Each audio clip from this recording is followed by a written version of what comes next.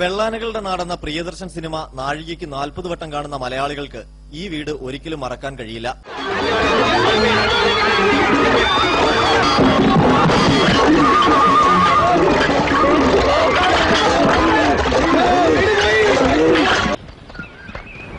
കുതിരോട്ടം പപ്പുവിന്റെ സുലൈമാൻ എന്ന കഥാപാത്രം road roller കയറ്റി തകർത്തത് കോഴിക്കോട് വെസ്റ്റ് ഹില്ലിലെ ദ്വാരക എന്ന ഈ വീടിന്റെ മതിലാണ്.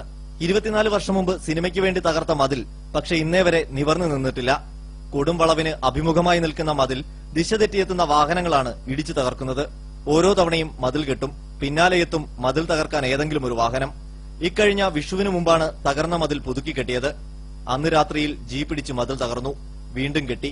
കഴിഞ്ഞ ദിവസം ലോറി ഇടിച്ച് മതിൽ തരിപ്പണമായി. ഇതിനനുസരിച്ച് കെട്ടും, പിന്നെ കുറെ കാലം കെട്ടാതെ ഇപ്പം കഴിഞ്ഞ മാസമായിട്ടും കെട്ടിയിട്ട്. ഓരോ തവണ വാഹനമിടിക്കുമ്പോഴും കുതിരവട്ടം പപ്പുവിന്റെ അന്നത്തെ ആശങ്കയാണ് വീട്ടുകാർക്കും. ഒരിത്തിരി കൂടി സ്പീഡ് ഉണ്ടായിരുന്നെങ്കിലേ ഈ വീടും കൂടി അങ്ങോട്ട് പൊളിഞ്ഞേനെ. എങ്കിലും ഇന്നേ വരെ വീടിന് കേടുപാടുകളൊന്നും പറ്റിയിട്ടില്ല. ഈ സവിശേഷതയൊക്കെ കൊണ്ടാണ് പ്രിയദർശൻ ചിത്രീകരണത്തിനായി അന്ന് ദ്വാരക തന്നെ തെരഞ്ഞെടുത്തത്. ഏതായാലും അപകട ഭീഷണി ഉയർത്തുന്ന ഈ വളവ് നേരെയാക്കി മതിലിനെ രക്ഷിക്കണമെന്ന് വീട്ടുകാർ നിരന്തരം അപേക്ഷിക്കുമ്പോൾ കുതിരവട്ടം പപ്പുവിന്റെ പഴയ ഡയലോഗ് തന്നെയാണ് അധികൃതരുടെ മറുപടി. പക്ഷെ ഇതുവരെ ഒന്നും ശരിയായിട്ടില്ല. മതിൽ വീണ്ടും പൊളിയുന്നു, വീട്ടുകാർ വീണ്ടും കെട്ടുന്നു.